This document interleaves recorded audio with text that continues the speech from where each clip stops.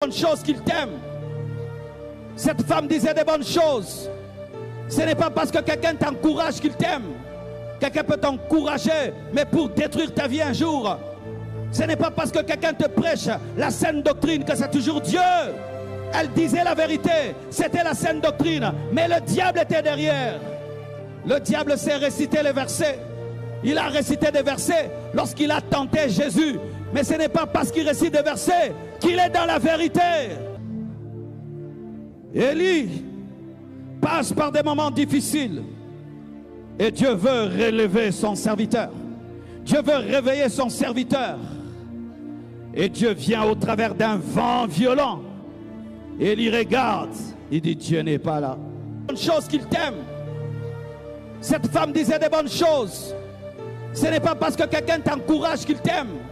Quelqu'un peut t'encourager, mais pour détruire ta vie un jour. Ce n'est pas parce que quelqu'un te prêche la saine doctrine que c'est toujours Dieu.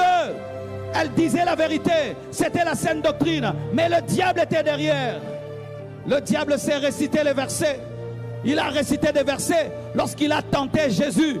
Mais ce n'est pas parce qu'il récite des versets qu'il est dans la vérité. Que Dieu te donne le discernement des esprits par la sensibilité. Lorsque tu n'as pas la sensibilité, on va t'escroquer facilement. On va t'escroquer facilement. Les escrocs vont te voler ton argent, vont te dévier, vont te détruire.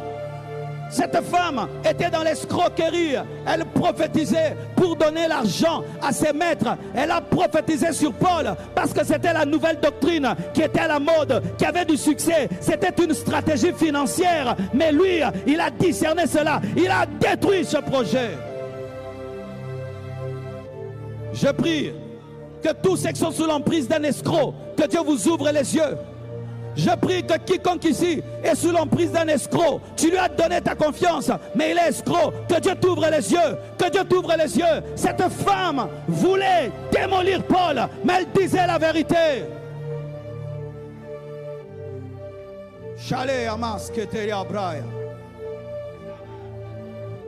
Oh, et ce que j'aime, dans 1 Roi 19, versets 11 à 13, Élie passe par des moments difficiles et Dieu veut relever son serviteur. Dieu veut réveiller son serviteur. Et Dieu vient au travers d'un vent violent. Élie regarde. Il dit, Dieu n'est pas là. Il vient au travers du tremblement de terre. Élie vérifie. Dieu n'est pas là. Il envoie le feu. Élie vérifie dans le feu. Dieu n'est pas là.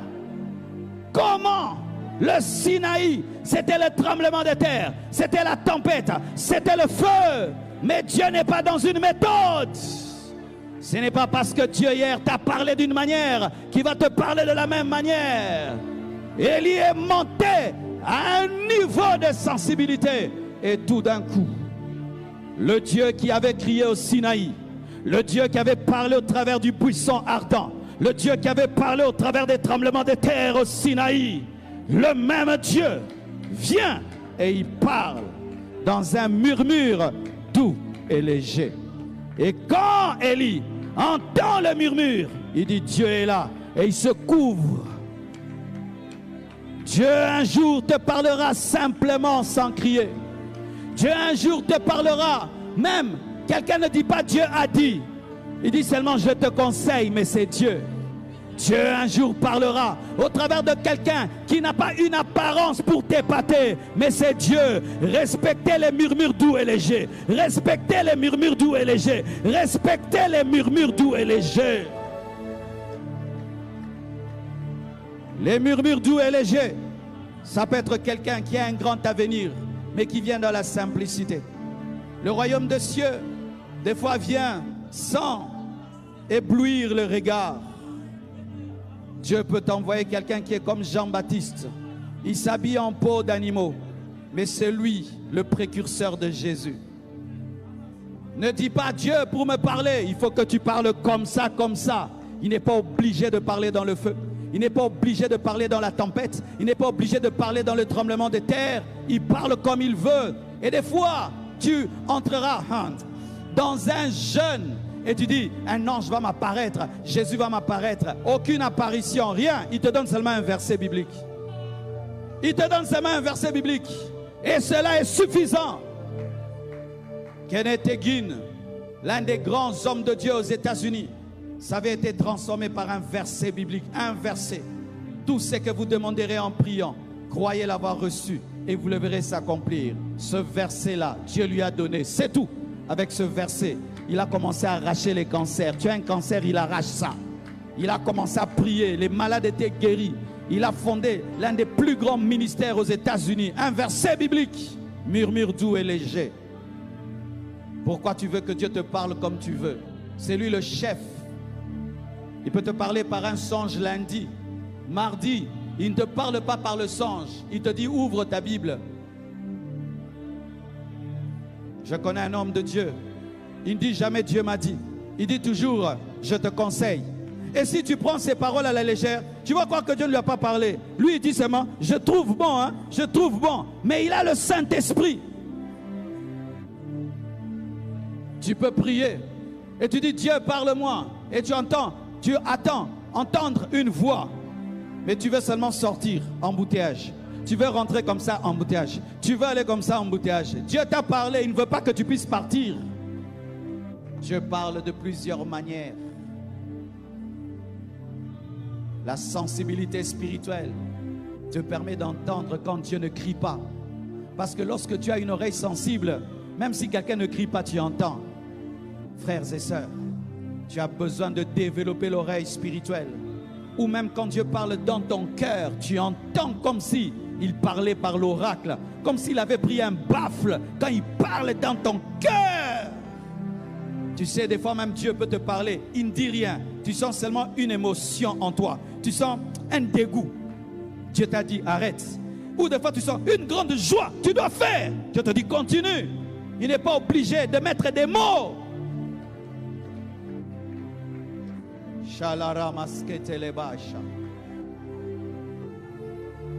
Et le jour où Dieu changera ta vie, tu ne sais pas comment les choses se passeront. C'est pourquoi tu ne dois pas avoir une méthode, mais tu dois avoir la sensibilité. Tu vois ton téléphone, comment il est? Il est sensible seulement. Si on voit une vidéo, il capte. Si on envoie un SMS, il capte. On envoie un voice, il capte. On envoie WhatsApp, il capte. On envoie... Il capte. Lui, il capte tout. Toi aussi, tu dois être comme ça. Dieu donne un oracle, tu captes. Une vision, tu captes. Un songe, tu captes. Une prédication, tu captes. Une prophétie, tu captes. Une parole de connaissance, tu captes. Une parole de sagesse, tu captes. Une prédication, tu captes. Un enseignement, tu captes. Un livre, tu captes. Un verset, tu captes. Et quand tu atteins ce niveau, tu ne perdras plus les rhémas de Dieu. Oh, Shaléa. Et pour finir, dans 2 Rois 4, versets 8 à 10, une femme était riche. Elle avait tout. Un mari qui l'aime, l'argent, tout ce qu'elle avait, elle voulait. Mais elle avait développé une sensibilité spirituelle. Élisée est passé devant chez elle. Mais elle a discerné que ce n'était pas un homme normal, que c'était un saint homme de Dieu. Que Dieu te donne la capacité de voir au-delà des hommes ce qu'ils sont réellement en esprit. Elle dit ça c'est un saint homme de Dieu. Et l'homme de Dieu ne voulait pas habiter chez elle. L'homme de Dieu passait. Parce que la bénédiction des fois elle ne vient pas toquer à ta porte. Elle passe devant ta maison. C'est toi qui dois l'inviter parce que c'est du lambano. Jésus n'allait pas à Jérusalem. Donnez-moi les malades. Non, les malades venaient vers lui. Jésus passait comme s'il n'allait pas guérir la femme à la perte de sang. C'est elle qui devait toucher. Et cet homme passait, mais la femme a vu l'onction, la sainteté, l'appel de Dieu. C'est un homme qui marchait à pied, qui était pauvre. Elle l'a invité, elle l'a mis dans des bonnes conditions. Et le serviteur dit, cette femme qui nous reçoit, elle a la richesse, elle a tout, mais elle a un problème, elle n'a pas d'enfant. Elle a cédé une chambre, elle a reçu un bébé parce qu'elle avait le discernement de voir l'onction sur un homme normal. Qui suis-je pour toi? Qui suis-je pour toi? Si je suis un bon parleur, tu entendras seulement des bonnes paroles. Qui suis-je pour toi? Si je suis un homme sage, tu auras que la sagesse. Qui suis-je pour toi? Si je suis un homme intelligent pour toi, tu auras que l'intelligence. Mais si je suis un oint de Dieu pour toi, c'est l'onction de Dieu qui te touchera. Si je suis mandaté pour toi, c'est le mandat de Dieu qui te touchera. Je serai dans ta vie ce que tu vois dans ma vie. Hey! La femme voit, le mari bénéficie. Le discernement des esprits permet à ta famille d'être bénie lorsque tu comprends. C'est elle qui a vu et le mari a eu un enfant. Lorsque tu vois des choses, ton père en bénéficiera, ta mère en bénéficiera, parce qu'en ayant la vision, cet homme te donnera un bébé, mais ce ne sera pas que ton bébé sera aussi le bébé de ton mari, même si ton mari n'a pas vu ce que tu as vu. Aimez les hommes sensibles, ils amènent la bénédiction à la maison. Aimez les personnes sensibles. Elles voient ce que vous ne voyez pas, mais c'est vous aussi qui allez en profiter. Cet homme est devenu papa grâce à sa femme. Elle reçoit l'enfant alors qu'elle avait donné qu'une chambre. La sensibilité spirituelle te donnera au-delà de ce que tu as donné. Elle a donné, elle a loué des chaises. Elle lui a prêté une chaise. Elle a reçu un bébé. Et lorsqu'elle a perdu le bébé, elle est rentrée seulement là où elle avait eu. Et Dieu lui a rendu ce qu'elle a perdu.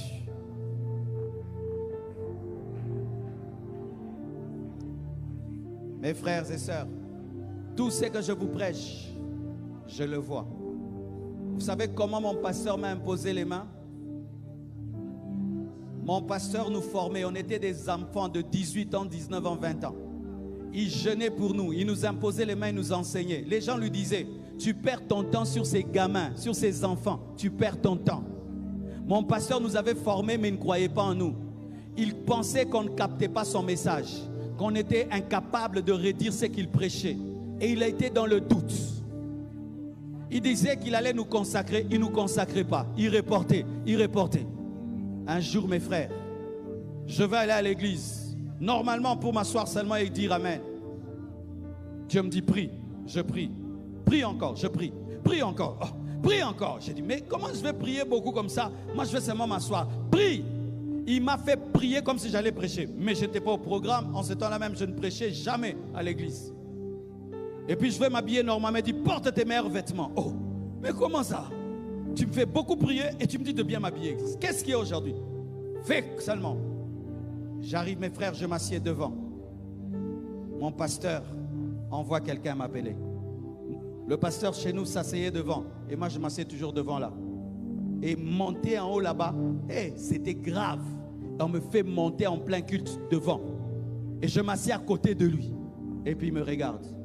Il me dit, est-ce que tu peux exhorter avant que je prêche? Je dis, moi, exhorter dimanche à l'église.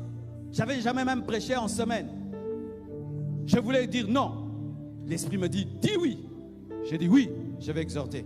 Et il me pose la question, tu vas exhorter sur quoi? Et je ne savais quoi dire. J'ai dit, je vais seulement parler. Il me regarde. Il dit, ok. Et puis on me fait descendre. Quand seulement je m'assieds, le Saint-Esprit me dit, j'ai dit à mon serviteur de vous imposer les mains, mais il doute. Tu vas lui démontrer que vous avez capté le message. Tu vas prêcher ce qui te prêche. Introduction, développement et conclusion. Tu vas lui dire ce qu'il prêche pour qu'il sache que vous entendez. Et puis tu vas ajouter ta particularité. Et puis on me dit, Marcelo va nous exhorter. Frère, je monte. Il avait un message qu'il prêchait. La foi, la puissance de la prière. La persévérance, la puissance de la foi. J'ai prêché ce message comme il prêchait, avec les mêmes mots, avec les mêmes gestes, avec tout comme il faisait. Et puis j'ai ajouté, quand j'ai fini, il est monté, il a dit, je vais imposer les mains à cette nouvelle génération. Une semaine après ou 2 semaines, il nous a imposé les mains. La puissance de Dieu est tombée sur moi et tombée sur mes amis. On a explosé dans le monde entier. Pourquoi?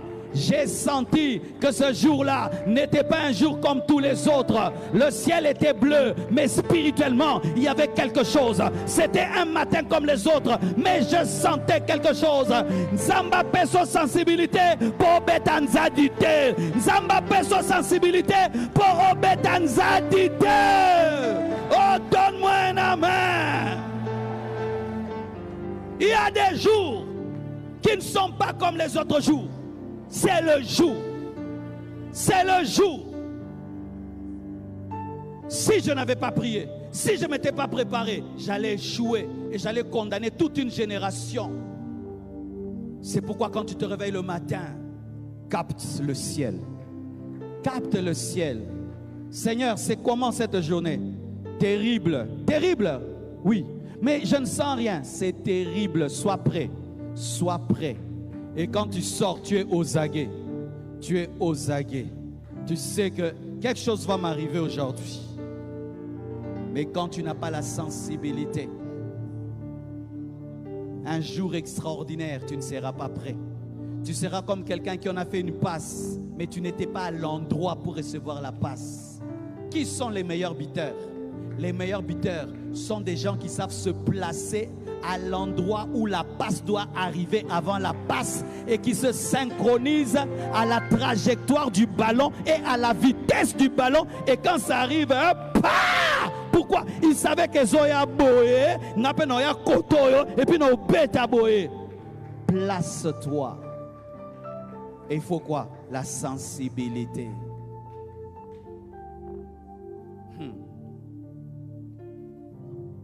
Il m'arrive d'être invité dans des conférences. Et puis des fois Dieu te dit, tu vois cette conférence, elle va changer ta vie et ton ministère. Prends-la au sérieux. Tu prêches comme si tu vas mourir. Parce que tu sais que là, c'est la destinée. Mais des fois, ta destinée est à ta porte. Mais toi, tu ne sais pas.